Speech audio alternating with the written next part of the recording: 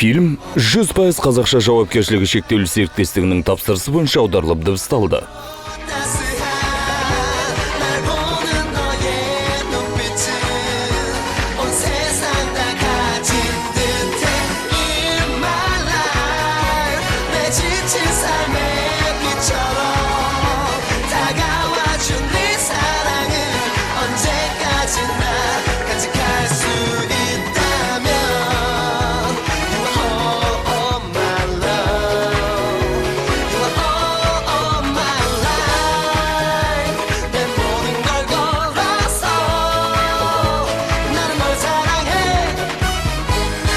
Нағыз сырбаз жігіттер.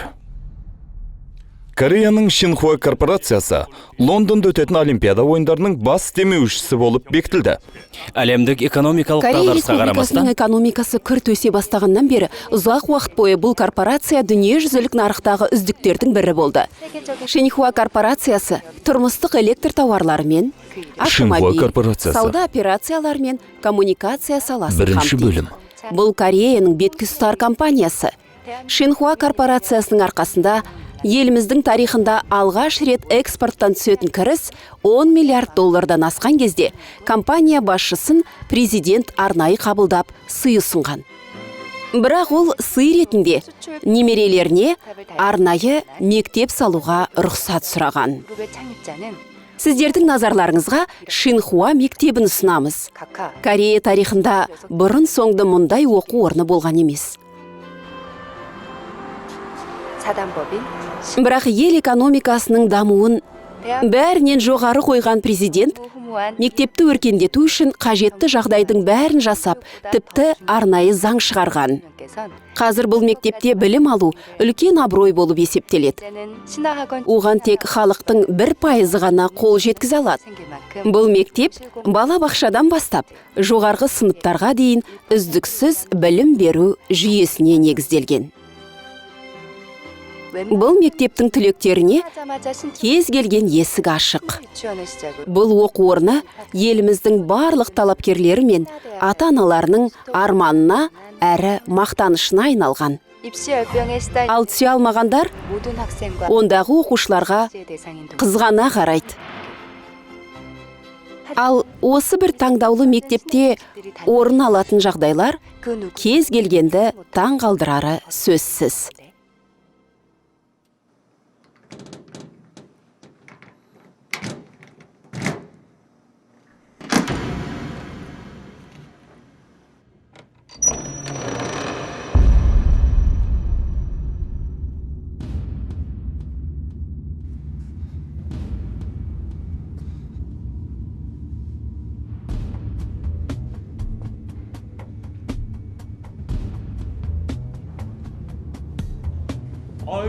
Сәлем, Минха. Енді не істер екенсің? Ақымақ! Ұстаңдар! Ұста!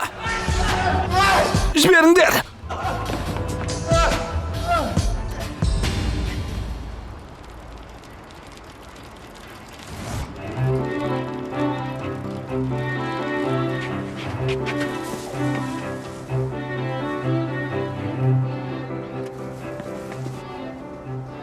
қандай көмегім қажет? Мен химиялық тазалаудан өткізілген киімдерді алып келген едім. Жақсы. Рахмет.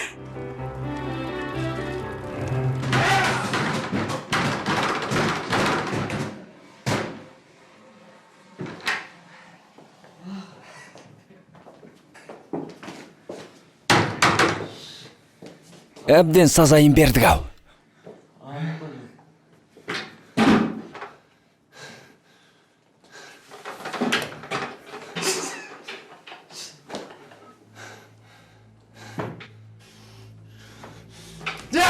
Сұмырайлар! Жек сұрындар!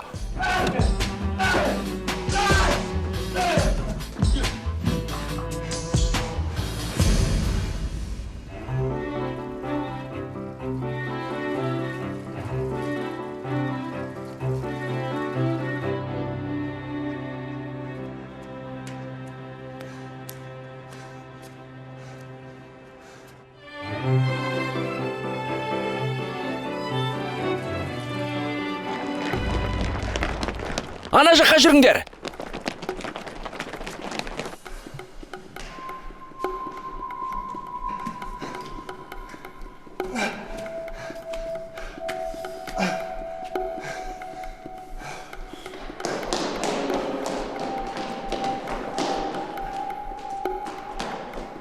Әне ол! Ұстаңдар оны!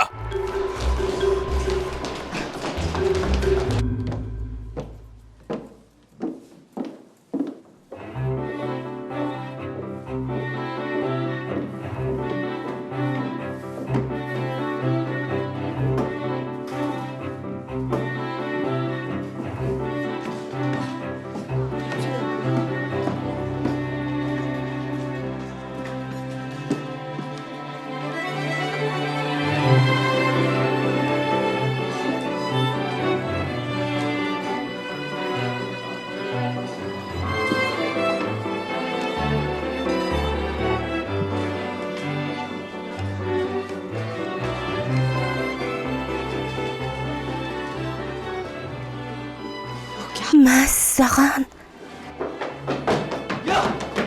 Әй, тыңдаңдар. Лиминха шатырға шығып кетті. Рас па? Мүмкін қалжың болар. Қалжың емес сияқты. Лиминха?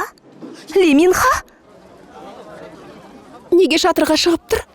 Ақымақ. Ақымақ па? Қараңдар.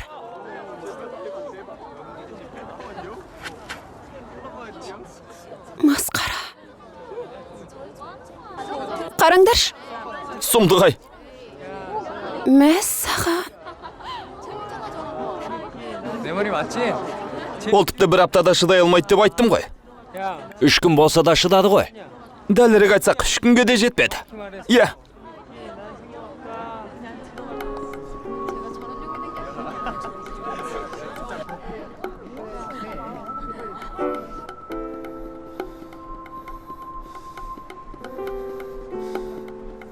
Сендерге керек осы ғой. Жарайды. Тілектеріңді орындайын.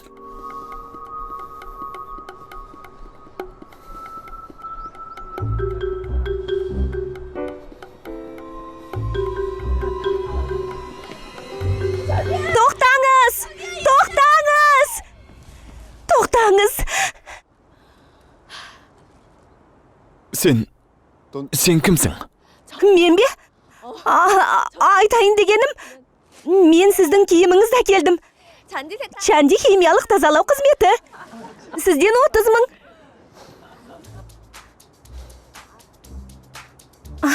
Жарайды. Жақсы, 25.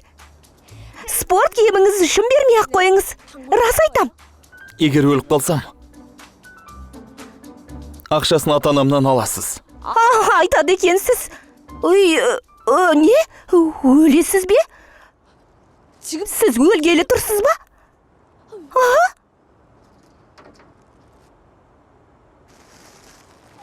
Осындай тамаша мектепте білім алып жүріп бе? Бұл мектеп емес. Бұл тозақ. Қайдағы? Нағыз тозақ мектептің сыртында. Сіз колледждің сынақтары туралы естіп педіңіз өзі? Ал сен F4 деген естіп педің? F қалай? F4? Ол нені білдіреді? Егер олар қызыл қағаз берсе, демек бүкіл мектеп соңыңа түсіп алады деген сөз. Маған да беріпті. Сонда... Бұның бәрін осылай қалдырасың ба? Олар құтырғаннан басқа айналысатын ісі жоқ өңкей қарақшылар емес пе? Біздің мектепте бұндай жағдай болса, бәрін ұстап алып, көздеріне көк шыбын имелетер едім. Сенің достарыңның жолы болған екен. Неге? Өйткені олардың сен сияқты досы бар. Олай емес.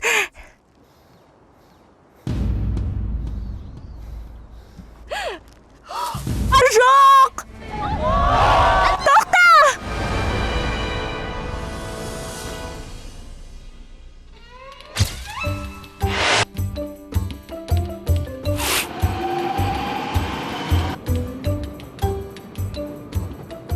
Бұл оқиға еліміздің ең беделді мектебінде болған.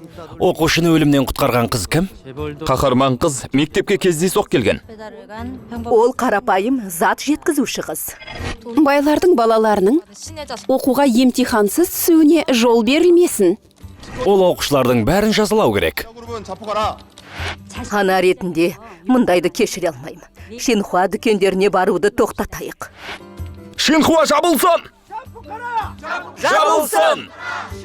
Жабылсын! Шинхуа мектебін жабу керек! Жабылсын! Мен дәл қазір Шинхуа мектебіне қарсы ереуіл болған жердемін. Енді қала тұрғындарының пікірін тыңдайық. Сәлеметсіз бе? Сіз неліктен ереуілге шықтыңыз? Осындай жағдайдан кейін менің досым мектепті тастап кеткен. Жай мектепте оқитын оқушылар қабылдау емтиханынан қиналып жүреді. Ал ол мектепте оқитындардың есебі түгел. Чанди, қазір сені қалай атайтынын білесің бе? Қарапайым халықтан шыққан қаһарман. Батыр дейді. Ол қазіргі заманның батыр қызы делінген. Батыр қыз. Алға. Қойыңдар шей. Мәссаған. Ал анау Флаэфо деген жігіттер расында да ғажап бекен. Соларды бір рет көрсем ғой шіркін. Иә, рас. Қайдағы Флауэфо? Гүлге емес, Шыбан? нағыз шыбынға ұқсайды.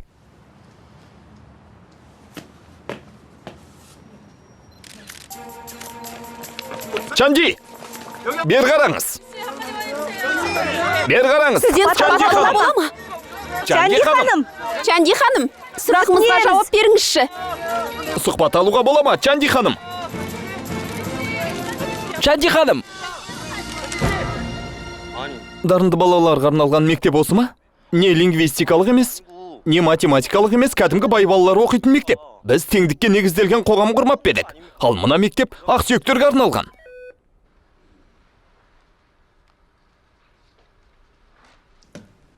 Қарапайым қыз қайғының алдын алды.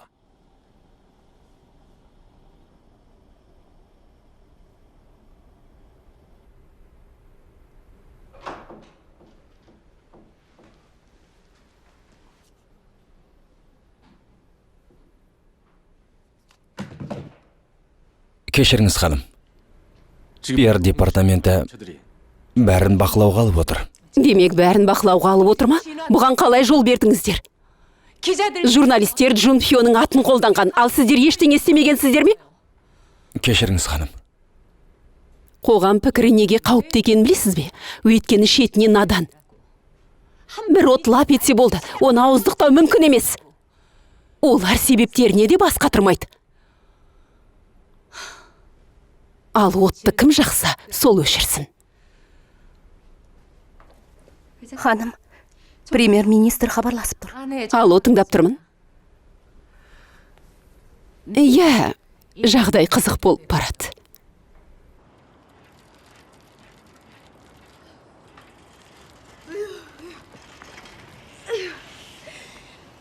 Фото суретшілердің жүрбейтін жері жоқ екен. Енді солардан жасырынып жүргенім қалды. Бұған бекер араласқан екенмін ғой. Шинхуа мен F4-тен әбден шаршадым.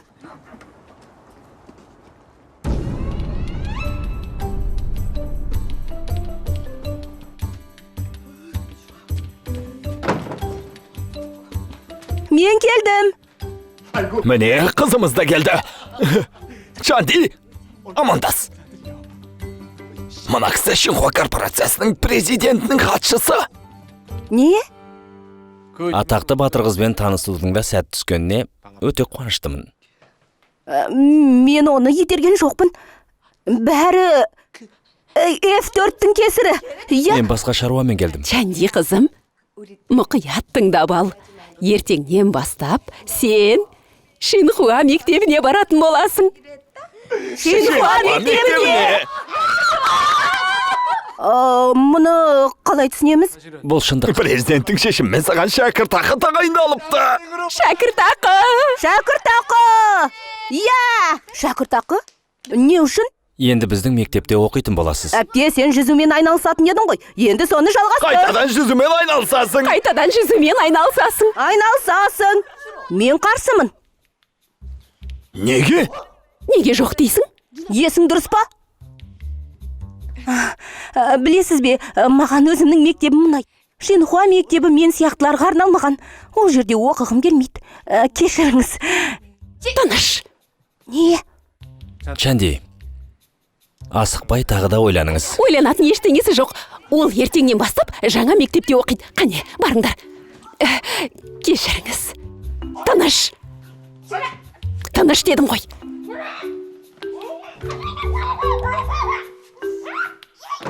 Онда ертең Чандиді мектебімізде күтеміз. Я, алаңдамаңыз, барғысы келмесе күштеп апарамыз. Сіздерге сенем.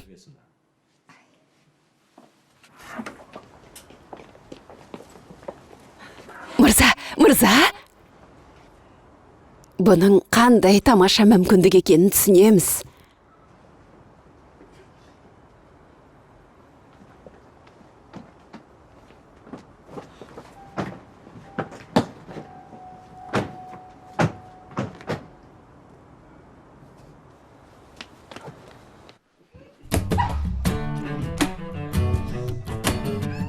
Тыныш.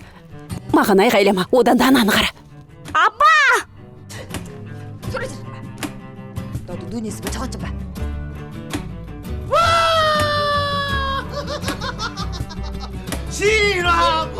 Шинхуа!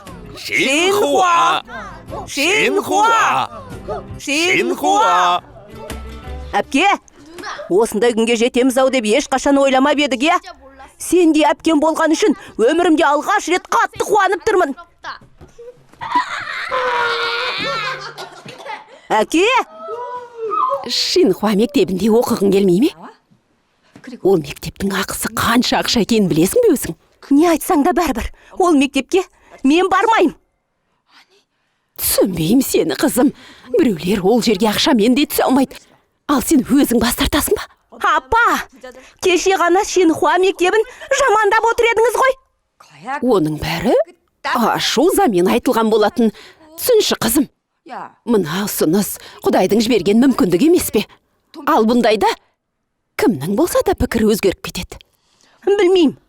Бұл маған ұнамайды. Не десеңдер де мейлі.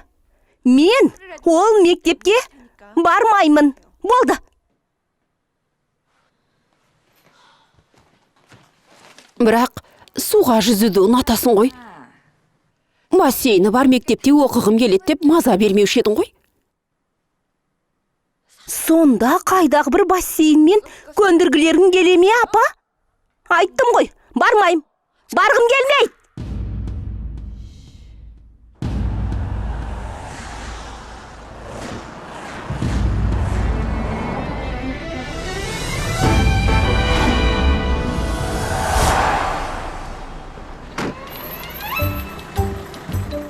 Бір минут. Әзірше машинада отыра тұр.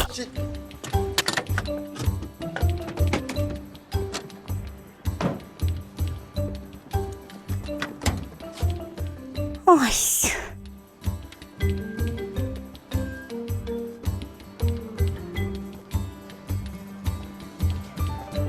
Ал мен кеттім. Чанди, жолың болсын. Сау бол. Химиялық тазалау. Химиялық тазалаушы Чанди. Химиялық тазалаушы Чанди. Химиялық тазалау. Химиялық тазалаушы Чанди. Химиялық тазалау. Химиялық тазалаушы Чанди.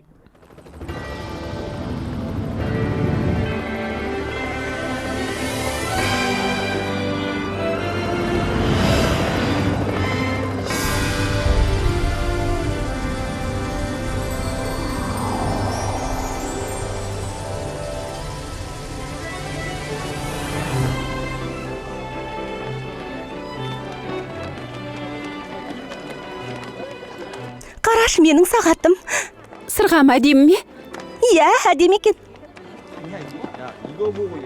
мәссаған. Алқам қалай? Ал сырғам ше? Сырғам әдемі ме? Қараш. Иә.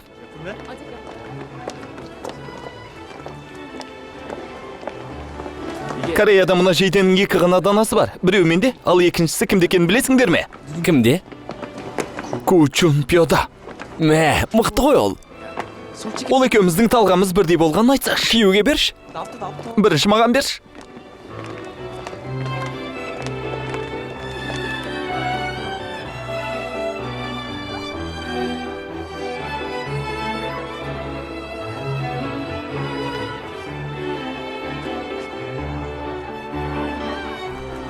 Қай жерде өзі?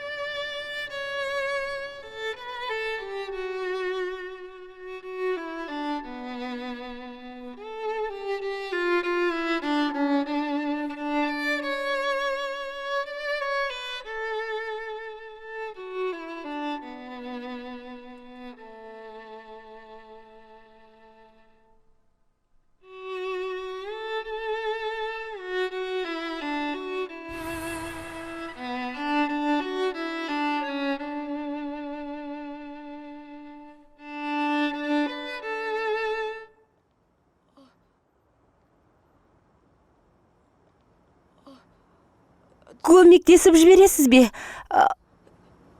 Бассейн қайда екен? Ана жақта ма? Рахмет. Кешіріңіз. Әрі қарай ойнай беріңіз.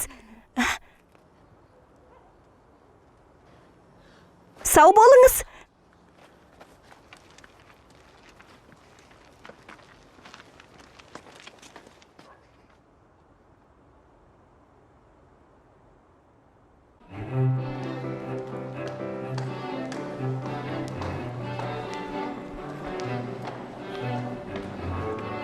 Анау F4 емес пе? Қараңдар. F4! Жолдан былай тұрыңдар.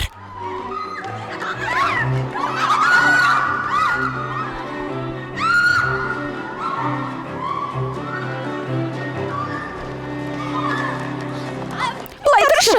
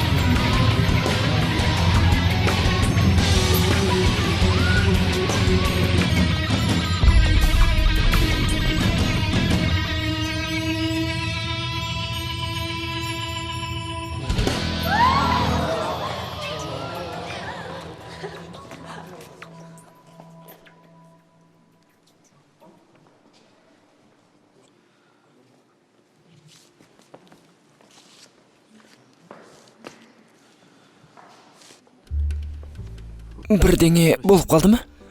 3 секунд уақыт берем. Не? Не үшін? 3 2 1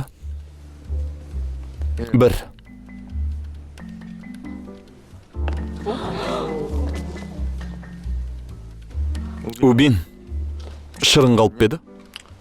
Иә. Берейін бе?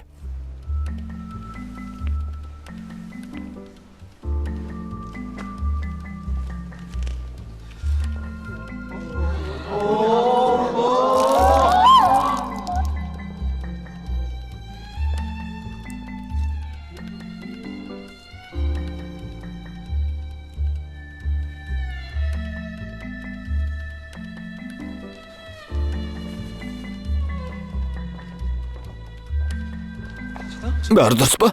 бәрі дұрыс па? Неткен сұмдық. Кеттік. Жүр. Мұнысы несі, ей? Есі дұрыс емес қой мұнаның. Осы ісі адамдыққа жата ма? Бұл не қылған адамдар өзі, а? Түсінбейм. Құдайым-ай, мына қыз не деп тұр? Ал сен кімсің? Біз бе? Иә, танысуды ұмытып кетіппіз ғой. Мен Джинджермін. Сән не? Миранда. Біз Шинхуа мектебіндегі ең сұлу қыздармыз. Ал сен есі дұрыс емес деп кімді айттың? F4-тің жігіттерін айтпаған шығарсың. Неге үндемейсің? Қалай? Әлгі жұрттың бәріне кесірін тигізетін F4 деген осылар ма? Сонда? Кесірін? Атақты адамдар қой олар.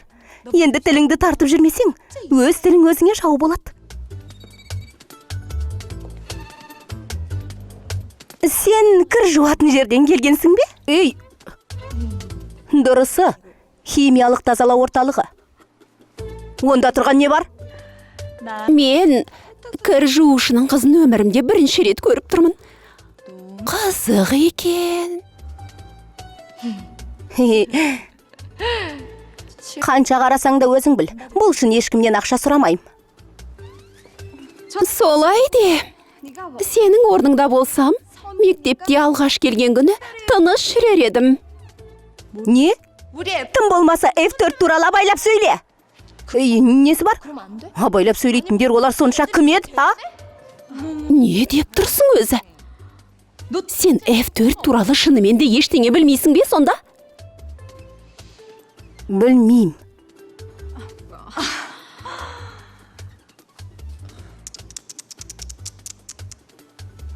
Қыздар, ал кеттік.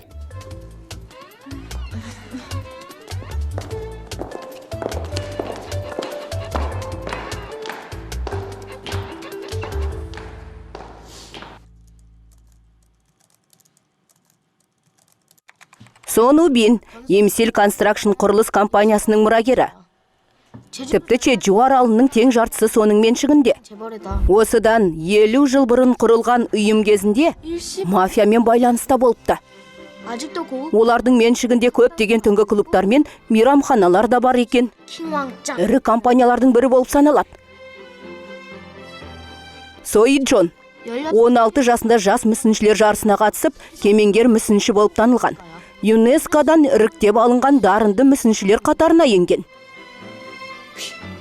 Демек, олардың арасында да өз еңбегімен табысқа жеткені бар екен ғой.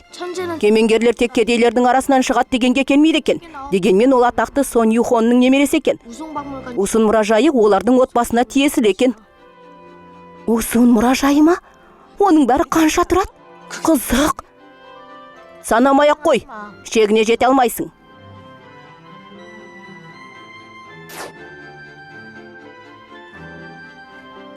Қара, бұл бұрынғы президенттің суреті ғой. Иә, қасындағы баланы көріп тұрсың ба? F4-тің тағы бір мүшесі Юн Джи Ху. Президент Юнның ұлы мен келінін өлтіріп кетті, олардың ұлы қалды. Сонда Юн Джи Ху бұрынғы президент Юнның немересі ме? Сара Чанг өнер көрсеткен Суам концерт залын білесің ғой. Ол Суам қорының Европалық футбол және бейсбол командасының қожайыны. Өте бай жігіттердің бірі екен. Ал мына жігітті таныстырудың өзі артық болар. Еліміздегі ең танымал Чинхуа корпорациясының мұрагері екен. F4-тің көшбасшысы Ку Джунпионы білмейтін адам жоқ.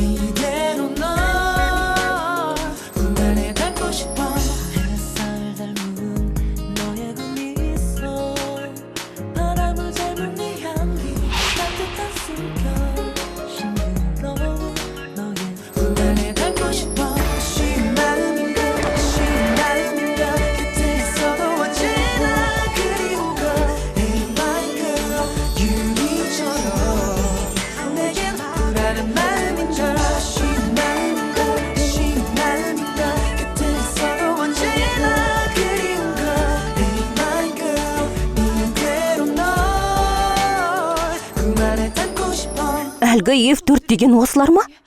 Мүмкін емес! Куяңпё! Нағыз кісі тонаушы! F4! Сендер имелеген шыбынсыңдар! Өмірге келген сәттен күміс қасықпен тамақ берген үшін рахмет айтып, тыныш жүрмейсіңдер ме? Сондай атақпен туылып, болмашы нәрсеге уақыт өткізгендер емес! Бірақ, бәріңе ескертіп қояйын. Жолымды кесуші болмаңдар. Естідіңдер ме? Мен сендерге басқалар сияқты басымды имейм. Одан да шатырдан қарғып кеткенім артық.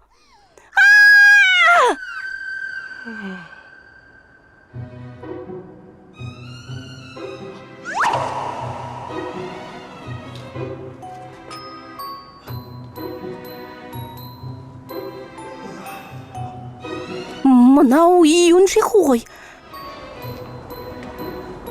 Мұнда не істеп тұрсың? Айғайлап ұйқы бермедің ғой. Кешір, бұл жерде ешкім жоқ деп ойлап ем. Рас па? Оған сенімдісің бе? Не? Не екенін білесің деп ойлаймын. Ай, ол... Демек, бәрін естіген екенсің ғой. Нені? Әлгі шыбын жайлы айтқаныңды ма?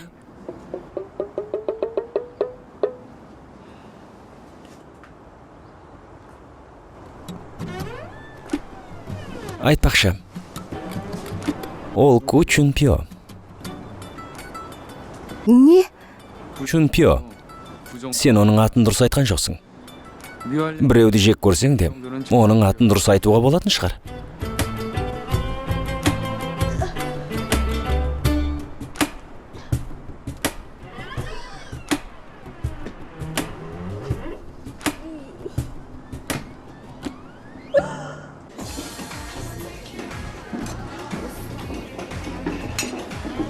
О, қандай тамаша! Қане? Бұл не? Түр жақсы екен? Көрейік.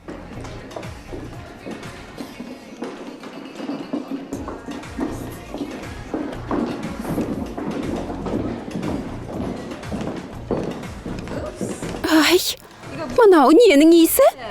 Сасып кетті ғой. Ой, құдайым-ау. Сұмдық.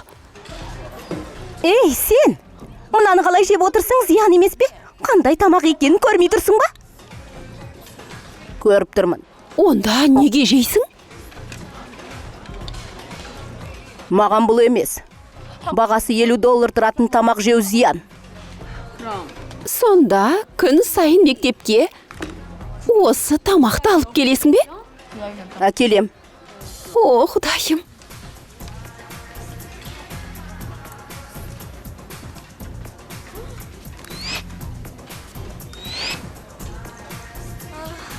Қандай тамаша.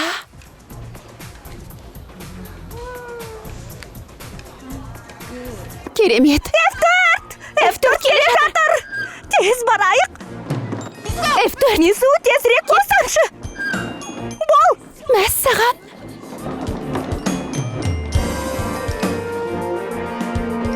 Бұлар да бір. Сәлем. Мен де дәмін көрейінші. Бола ма?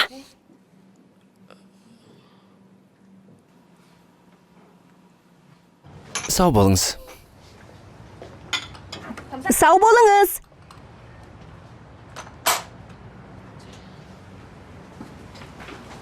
Әкел. Германиядан келген дейсің бе? Я, өте әдемі қыз. Тура суреттен шыға келгендей. Жаңа дос тауып алғаның жақсы екен. Әйтпесе сенімен ешкім дос болғысы келмейме деп ойлап едім. Өзі де солай. Қалай? Менімен ешкім араласпайды. Бірақ олардың сөйлескісі келмейтініне қуанам. Мектеп бітіргенше маған ешкім жоламаса жақсы болар еді. Саған өзі не болған? Біздің Чәндиге мүлдем ұқсамайсың ғой. Есіңде ме? Балабақшада мені директордың баласынан құтқарып едің ғой. Ал мектепте бұзақыларды орнына қоятынсың. Сол ер жүрек Чандиді танымай тұрмын. Ал сен не ұсынбақсың? Егер ол мектепте бірдеңе білдіріп қойсам, бәрінен бұрын апам буындырып өлтіреді ғой. Әй, осыншама қиярды саған еріккеннен жұмсап жүр деп пе едің? Бәрі де сенің пайдаң үшін. Міне әкеңе де берген жоқпын. Ол да қияр жегісі келіп еді. 있는 거야. Осы қиярда маған қандай пайда дейсің? Не айтып тұрсың сен? Беттің терісіне пайдалы емес пе? Ол мектепте өңкей атқамінерлердің балалары оқымай ма? Бұл мүмкіндікті құр жіберіп алуға болмайды. Сондықтан күтінгенің дұрыс болар. Дұрыс айттым ба, қымбаттым? Мазамды алмаш, қымбаттым. Киім үтіктеп жатырмын. Ту! Ал бұның не енді? Адамның еңбегін еш қылып. Әке, неге үтіктеп жатырсың? Күні бойы үтіктеуден әбден шаршадым ма десем. 15 жыл химиялық тазалауда жұмыс істесем де, алғаш рет осындай сапалы киімді үтіктеп тұрмын. Қарапайым адамдар мұндай киімді тойларына да ала алмайды. Міне. Әпке, жексенбі күні мен де бір рет киейінші. Жоқ. Чанди, қайда барсаң да, бұл киімге оқыпты қарауың керек. Байқа, үстіңе ештеңе тамызып алма, жарай ма? Қызымның киімін үтіктегеннен несіне шаршайым? Күні бойы үтіктеуге дайынмын.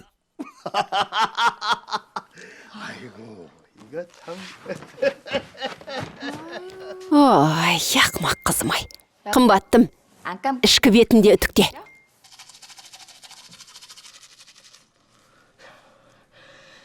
Әділ де батыл Чанди, сен әлі де күштісің. Не істесем де, үнемі кінәлі болып шығам. Олай болса, өз дегенімен жүрейін. F4! Сақтаныңдар. Ертең сазайларыңды берем.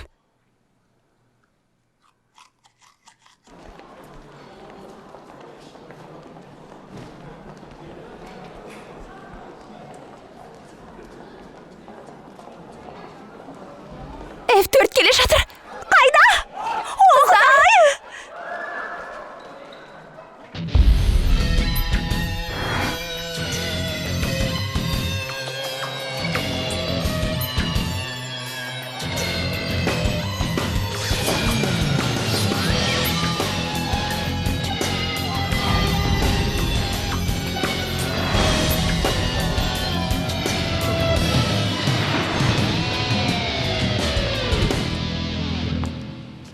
Құрметті Чунпио, мен мына тортты саған арнап пісірдім. Өтінем, сыйлығымды қабыл алшы.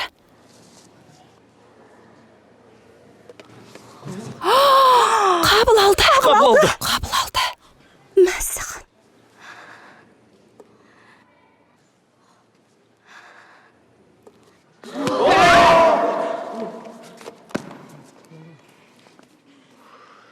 Чунпио, жеке аспаздары пісірген тамақты ғана жейді.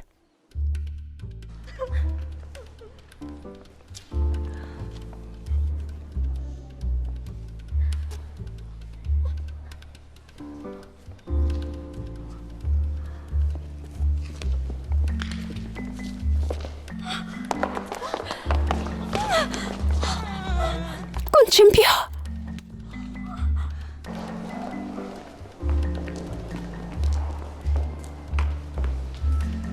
Не керек саған? Бірден айтайын деп пе едің?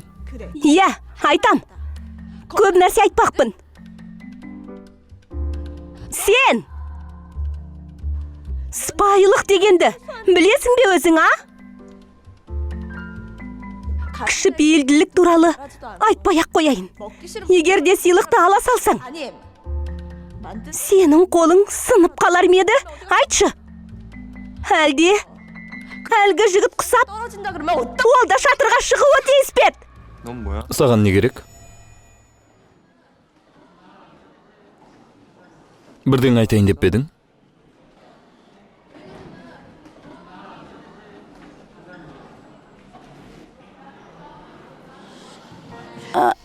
Жоқ.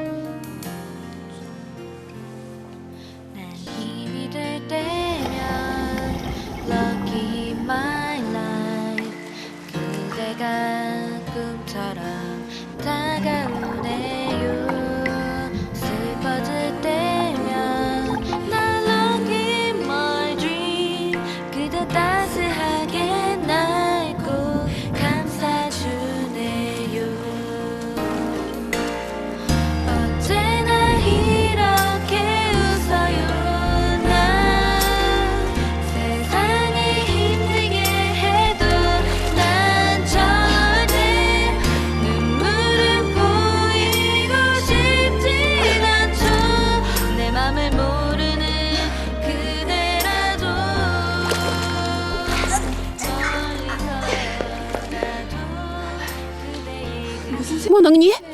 Бүйтіп жүзе берсең өлесің ғой. Мен жазаға тартылғам. Жазаға? Кімнің алдында кінәлі болып қалдың? Әділ, батыл қыздың алдында. Қорқақтығым үшін өз-өзімді жазалап жатырмын. Ал енді қалай? Жеңілдеп қалдың ба? Иә. Менде осы мектепте оқуға 2 себеп бар. Иә, ол қандай себеп? Бассейн. Және сен.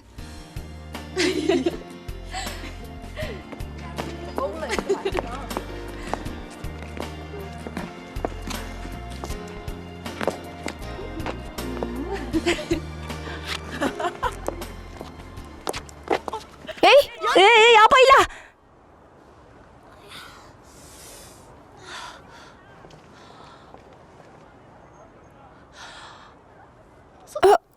Кешір. Чемпион, өтінем мені кешір. Кешірейін бе? Бар істегенің осы ғана ма? Бір кешіріммен бәрін жуып шайғың келе ме? Мен әдейі істеген жоқпын. Дәл сондай аяқ киімді қазір-ақ тауып әкелем. О, немене, сенің ақшаң менікінен де көп пе? Не? Сенің ақшаңнан пайда жоқ. Бұл аяқ киімді маған Флоренцияда арнайы тапсырыспен тіккен. Сонда қайдан тауып бермексің? Кешірші. Не бұйырсаң да бәрін орындауға дайынмын. Бәрін орындайсың ба? Иә.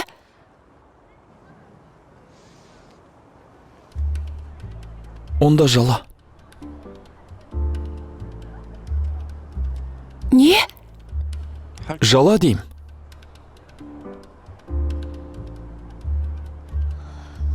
Сонда... Бәрін істеймін деп өзің айтқан жоқсың ба?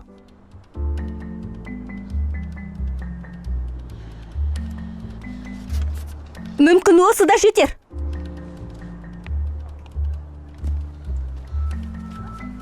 Ей! Ол не, а? Әдейі құлат деймісің? Және сенен кешірім сұрады. Ал мынау қайдан шықты? Бетпақ. Мұнда жақында келгенсің ау деймін. Мұнда сөз бостандығы жүрмейді. Осыны ұмытпа.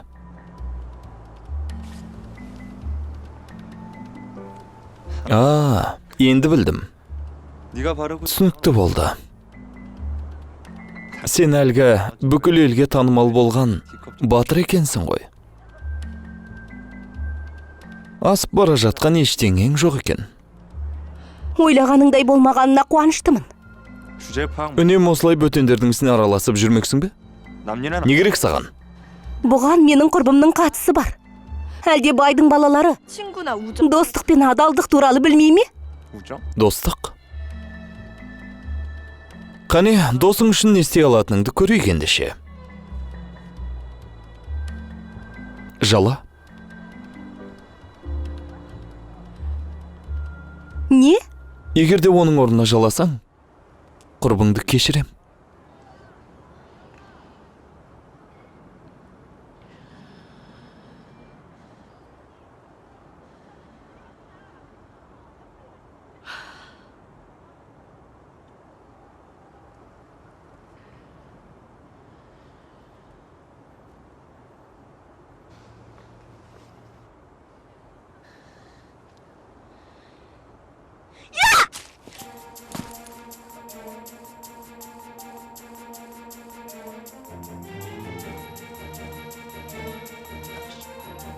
Есің дұрыс па? Ақшам көп дедің ғой. Өзің тауып бедің сол ақшаны? А? Менің қағидамды білгің келе ме? Менің қағидам мынау. Сен сияқты ата-анасының байлығына мастанғандармен күресу.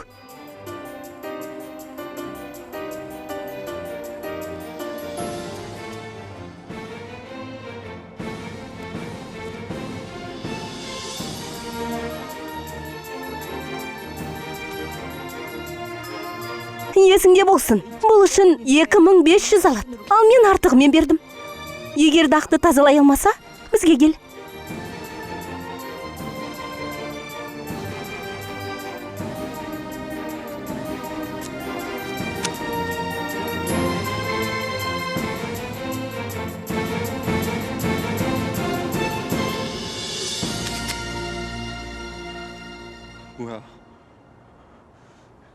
Қап! Ол өзің кіммін деп жүр?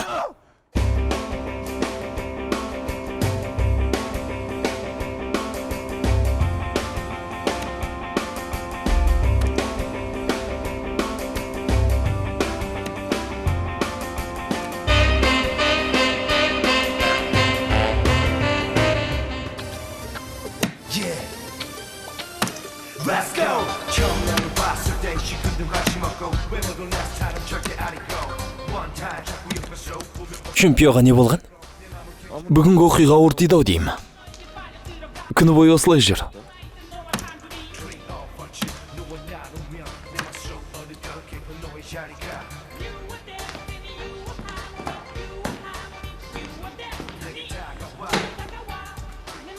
Не болды? Ойланып қалыпсың ғой. Мазамды алмаш. Дәл қазір басымда бір ғана ой бар. Ана Чанди деген шошақайдың қалай сазайын тартқызсам екен деп ойлап тұрмын. Ойланатын несі бар? Ескі тәсілді қолдан.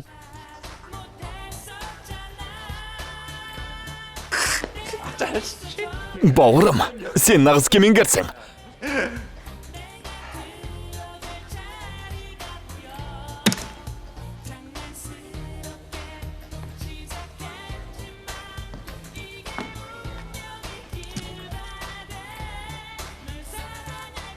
Химиялық тазалаушы Чанди. Санаулы күнің қалды.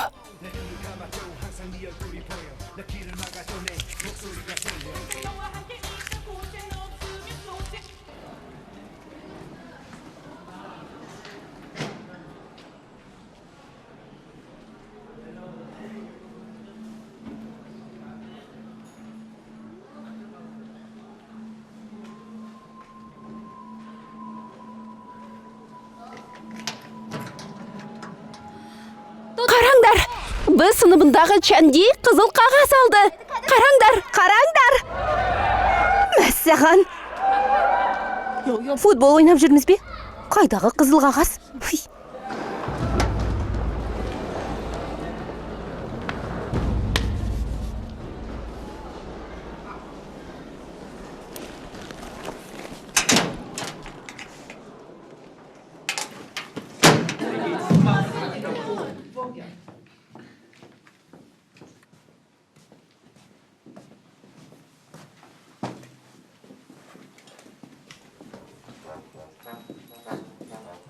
Сәлем. Сәлем, есалаң. Енді не істер екен? Партасы жоғалып кеткен екен. Кедейдің қызы қалай бізбен бірге оқып жүр? Мектепке не үшін келдің, а? Қараңдар. Міне.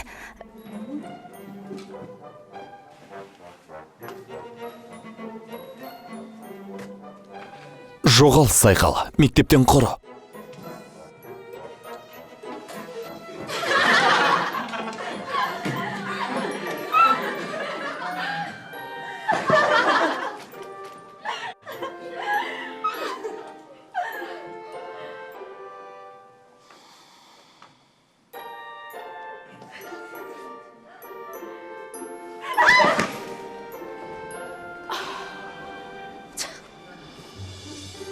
Жарайды, қазір көрейік.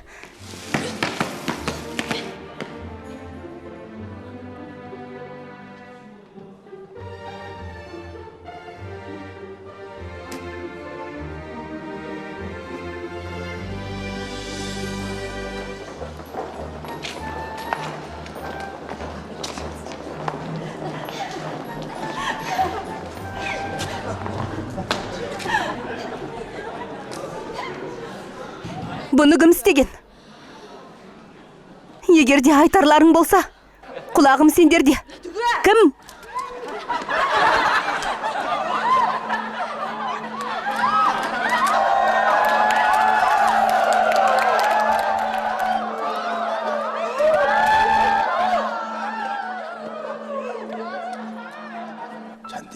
Чанди, бұл бренд. Бұндай киімге қайда барсаң да ұқыпты қарауың керек. Қызымның киімін үтіктеуден шаршамайым. Мен оны күні бойы үтіктеуге дайынмын.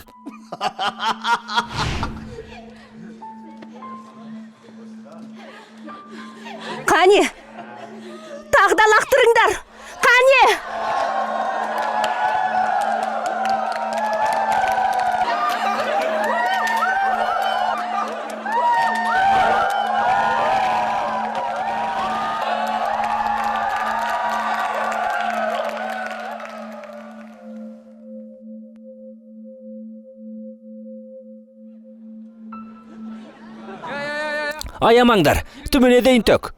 Майды да келіңдер. Оны пісіріп жіберу керек. Құймақ сияқты шыға келеді.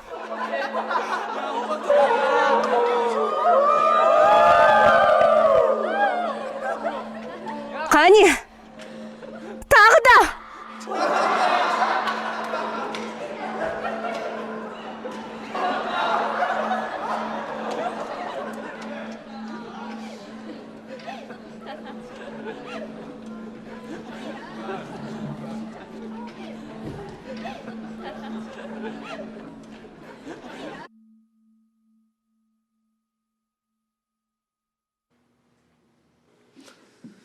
Сен ол қызбен ойнап болмадың ба?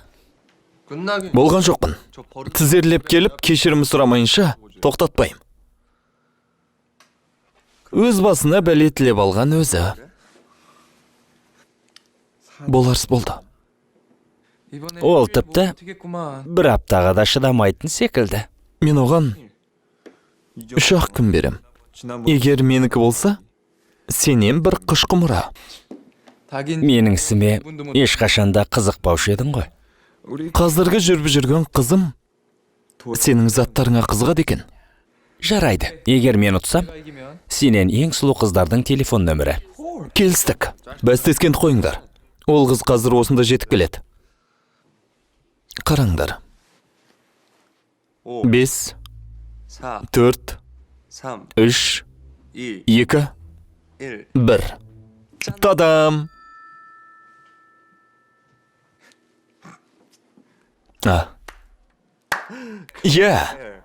Оған киім тазалау үшін уақыт керек емес пе? Тым асығыстық жасаппын. Тағы да көрейін. 5, 4, 3,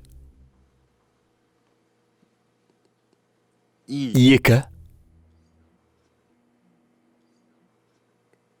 1.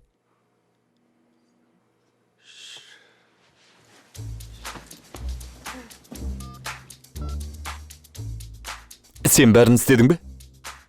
Шын ба? Олай болса, неге әлі келген жоқ? Неге келмей жатыр?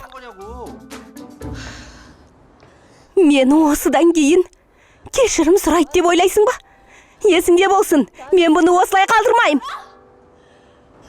Сен өзің өмірде еш қиындық көрмегенсің. Саунада жүзіп көрмедің бе, а? Шыдамдылық мен үшін өмірдегі ең керек қасиет. Сен сияқты бай ақымақ, оны қайдан білсін?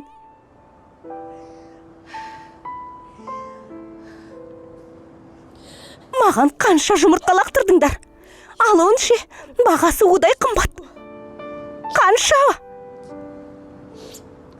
Қаншама құймақ пісіруге болар еді.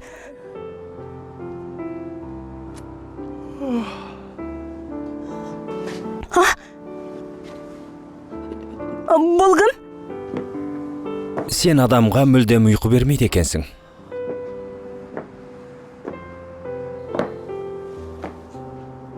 Ал, құймақты қалай пісіреді? Не? Құймақ.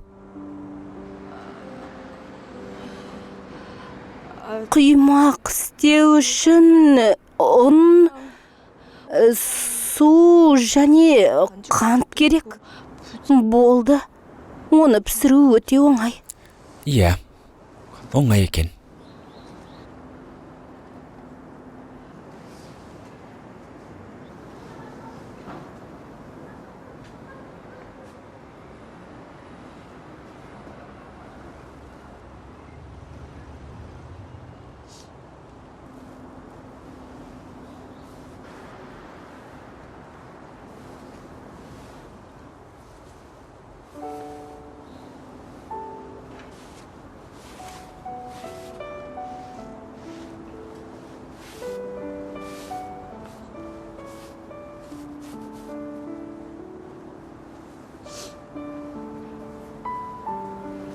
Орамалыңды ұмытып барасың.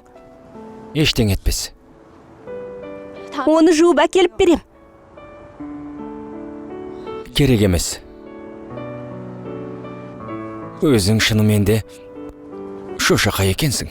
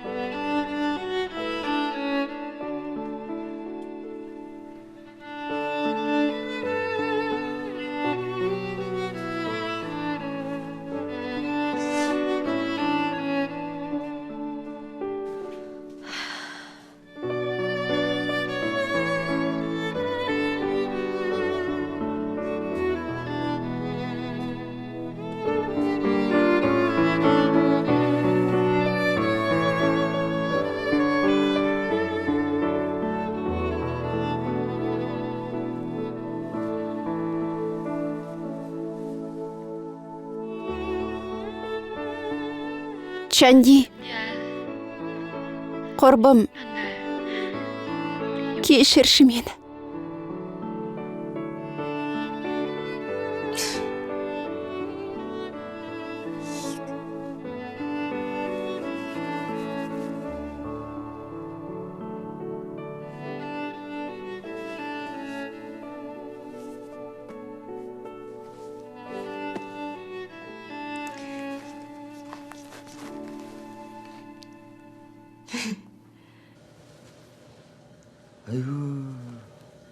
Бағасы 30 мыңдай болады.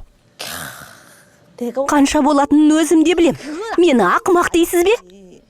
Егерде жылдам тазалағыңыз келсе, бағасы да қымбаттау болады. Мына дақтарға қараңызшы. Әй, мен өзім де химиялық тазартуда жұмыс істеймін. Біліп қойыңыз. Айтсаңыз болды. Онда осы бұрыштағы Чанди химиялық тазартуына барсаңыз болады. Жарайды, тым болмаса 25 мыңға түсіре аласыз ба? 25 мың.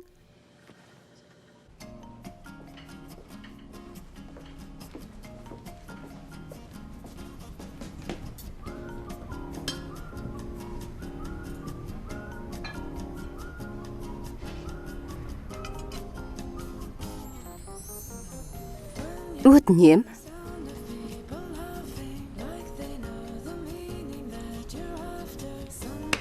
Оу! Досым, бұл не болғаны? Бұл мейрамханаға кіру үшін адамдар апталап кезекке жазылады. Мен әлі күтіп жүрмін. Бұған қалай қол жеткіздің? Жауап берші.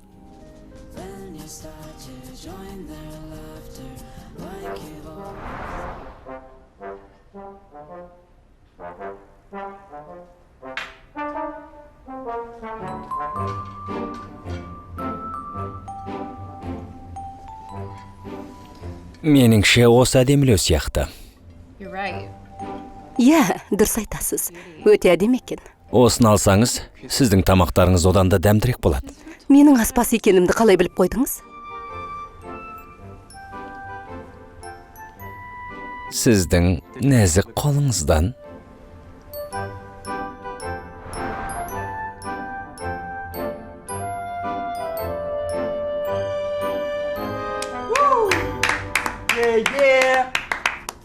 Менің қыздардан жасыратын құпиям жоқ. Әрине, Мишленнің барлық аспаздарын білетін болсаң. Досым, мен сені жақсы көрем.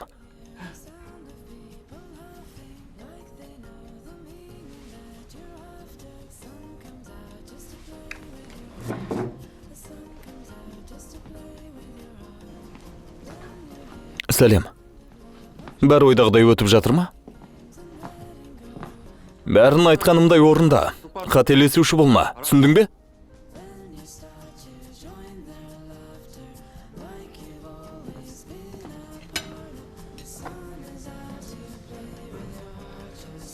Ал ас болсын. Сонымен? Алып қояйық.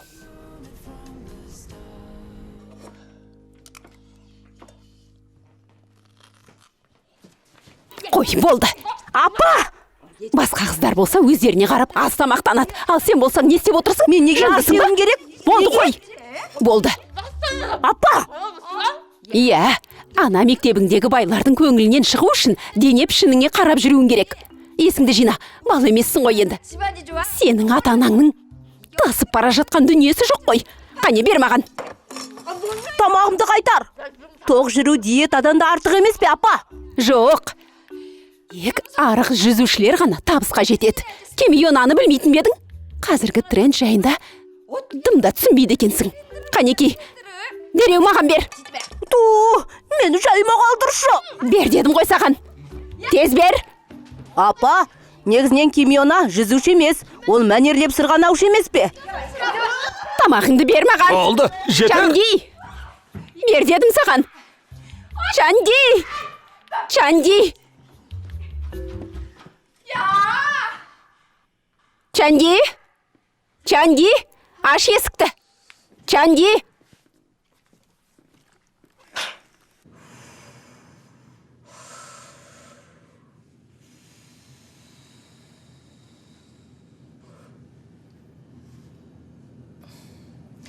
Менің ішім шығып кеткен бе? Иә, шығып кетіпті. Бұның бәрі бассейннің кесірінен. Егер де бұл мектепке ертерек барғанымда, қазір Олимпиада чемпионы болар едім. Иә, бәлкім...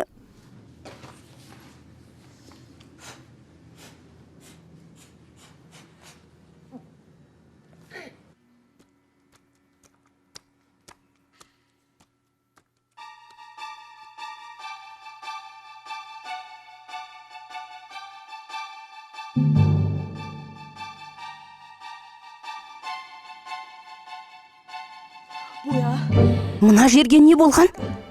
Бұл не? Кучумпя!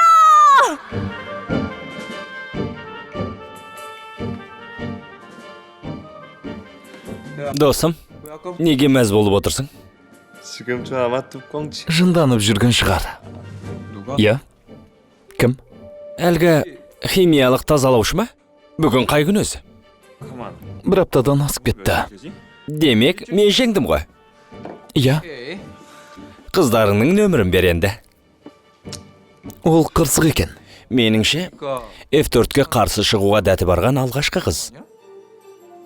Негізі, 내가 다 оны аяп жүргенім ғой. Айтпақшы, Жиху қайда? 또 어디 Бір жерде ұйықтап жатқан шығар. 보지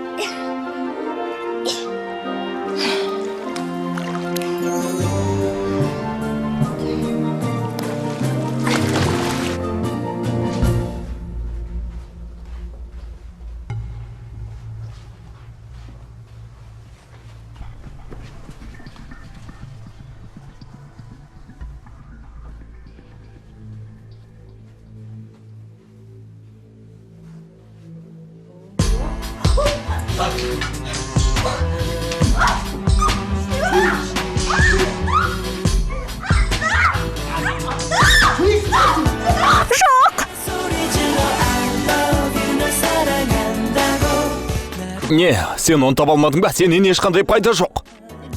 Сенің мектебіңде бір қыздың аяғы ауыр болып қалыпты ғой. Мына иісті сезіп тұрсыңдар ма? Ей, кім Чанди? Өзіңді 근데 이러는 거 кішкентай қыз сияқтысың. Менің ойымша, арасында біреуі басқалар сияқты емес. Кімді айтасың? ана қыз маған ғашық болып қалған сияқты. Не? Мен ұзын бойлы сымбатты әрі баймын. Сен мені ұнатып қалдың ғой. Әлде жындысың ба? Ол сені күтіп тұр. Кім? Сенің ханзадаң. Бұл менің түсім бе? Не болып жатқанын білмеймін. Бірақ қызық күтіп тұр. Сен мұнда не істеп жүрсің? Өз үйімде не істеп жүрмін дейсің бе? 볼 때마다 Сен шынында шошақай екенсің. Джиху мен Сохионның арасында не болған? Түсінбеймін. Ол Джихудың алғашқы махаббаты әрі оның анасындай болып кеткен. Кім Чанди?